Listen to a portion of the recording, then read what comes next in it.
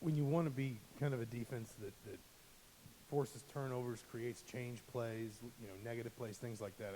Coach Allen is fond of saying those things can kind of come in bunches a little bit, and sometimes it can feel like it's a little bit dry, and then all of a sudden you'll get a whole bunch at once. But I guess, how do you keep guys from maybe feeling like they got to force that a little bit too much in terms of maybe if you feel like you want to force more turnovers, more sacks, whatever it might be, than you're getting, how do you maybe keep guys from worrying a little bit too much about that kind of thing? Well, we do want to force it.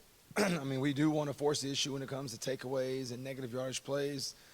So that's part of our DNA of what we do every day and from a practice standpoint. So now we want to force the issue within the scheme of our defense and be disciplined in our approach. You can't do someone else's job.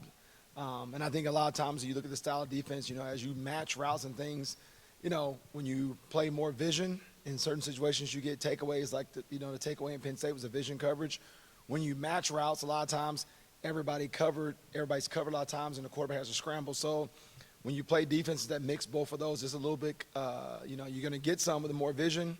You're going to disrupt the ball and cover guys in more match coverage concepts. And now that we are a blend of both, I think you see, hey, completion percentage is down, takeaways might be down. But then when you play more vision, takeaways go up, but he has a more chance to complete the ball. So it's just a little bit of a give and take in our defense. And we do want to force the issue, but we want to do it in a disciplined way.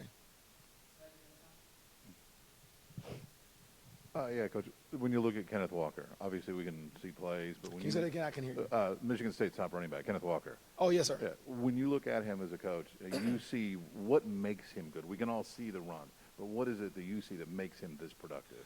Tremendous vision and patience. He doesn't just plug a gap. He lets the line work from him. He's 8 yards deep at times in the backfield in that pistol set, and he really lets the O-line do their job, and he gets to 3-4 yards to line of scrimmage and makes an explosive cut and then accelerates full speed. He can go from 0 to 100 in a blink of an eye. And a lot of bigger backs that are that explosive, they're not that patient. He's very patient. He lets the O-line work. He makes a cut, and when he makes the cut, it's full tilt. He has the speed to bounce it and outrun you, and he has the power to run through you or spin out of a couple tackles. And that makes him an extremely versatile back. I think more of his patience, his vision, his ability to explode off a cut are really elite. Coach, for the most part, you guys have handled the run relatively well this year, other than some gaps here and there. When you look back at it during this bye week through the first 5, how do you feel about how you've handled the running game thus far and who you've liked and maybe where things need to get better in regards to your group in regards to that? I think we've done a good job, in spurts of, doing a good job of not giving up big runs. The thing that you feel like when you go on a bye, you look at what the explosive runs were, and the ones that popped in my head are the big run versus Iowa, the big run versus Penn State. And in those games, those are big chunk runs of 40-plus yards. And if they did happen, but if it didn't happen, you feel pretty good in those games about your run total. So I think our guys have done a great job with their effort and their passion running to the ball. I thought we've tackled extremely well so far this season.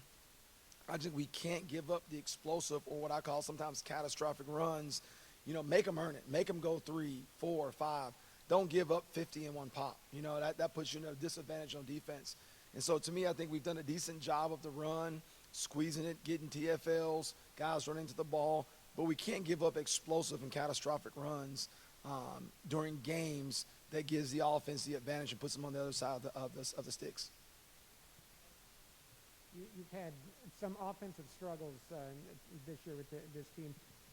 How do you make sure that the defense doesn't try to do too much to try to kind of pick up some of the slack from the offense, and just make sure they just do their job and not get out of sorts and try to do too much on the field? Were you saying offensive struggles of Michigan State? No, the offensive struggles that IU has had.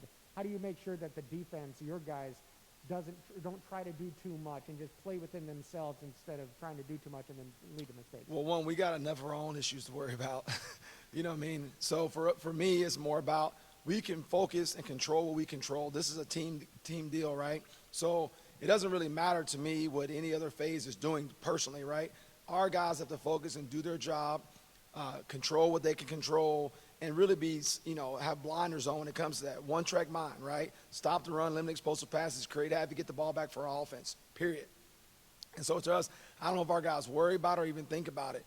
We just worry about when defense is up, go in and do our job full tilt, and then from that standpoint, play team ball.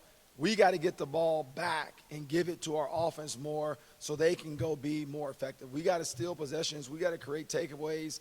We just got to play great defense regardless.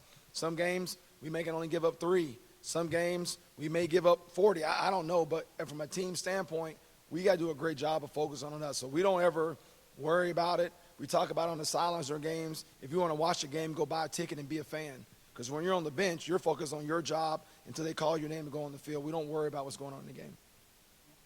Just from a injury standpoint, the secondary has had a lot of injuries. Throughout the defense, there's been a lot of injuries. I guess after the bye week, where are you guys at from a health standpoint, and what are your things you're kind of looking for coming into this week, just of normal practice? As we get closer to the game, they will know how healthy we are.